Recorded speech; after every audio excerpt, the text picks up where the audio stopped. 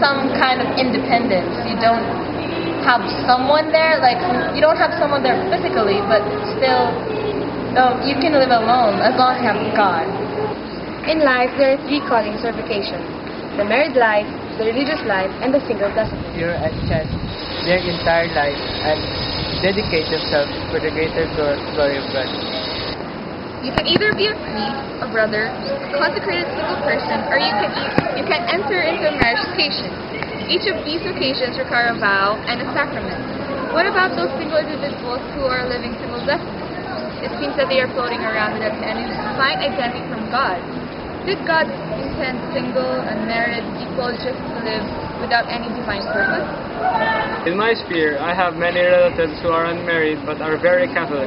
In the Philippines, there are a growing number of women who are becoming old maids because of the ratio of men over women, tipping in the men's favor.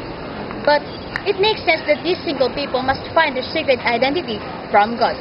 They must discern what the divine purpose of their state of life is.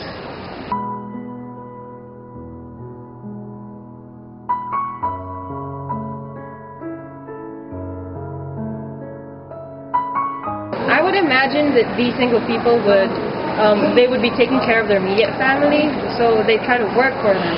And they also spend some time taking care of a sick family member. So there might be too many personal reasons, and that's why they can't rush into those things like marriage. It's a huge deal, so maybe that's one of the reasons. But what if they remain single because of a past wound that wouldn't heal? It could be from a relationship that did not blossom. It could also be because they are looking forward meeting a future spouse, and they are waiting and waiting. What do they do in the process?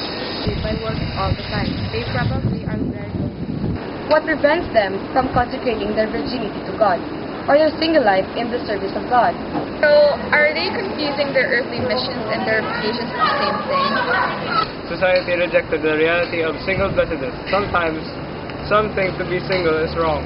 They simply forget single blessedness is a calling. It is even a choice. It is hard to believe that there are people who are not really married. Others will say that if you are happy being single, why marry somebody you don't even know?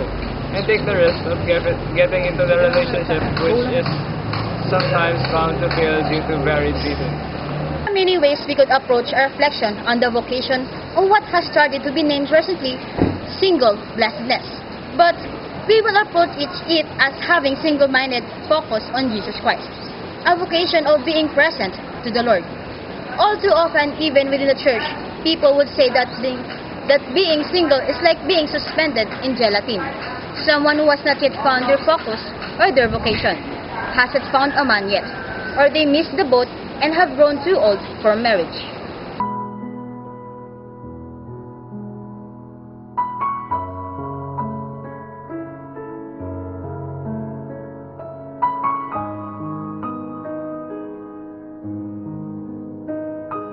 People don't get married for a lot of reasons, and usually close-minded people can't actually understand, the thing about marriage, and they start to not think about their own stuff, and they will start gossip and stuff like that, which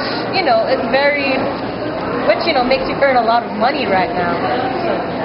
And I guess the reasons of poverty, or maybe heredity diseases, or an attitude problem, and other logical justifications are just that being responsible individuals for becoming single in their lives. So they don't want to victimize their future children to experience the bad genetics and questionable environment we live in today. And this is acceptable, which is why some other people just can't understand.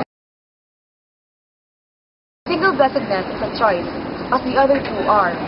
It does not mean that the woman is unwanted or does not have any suitors. It is because it is by being single that she can best serve God and humanity.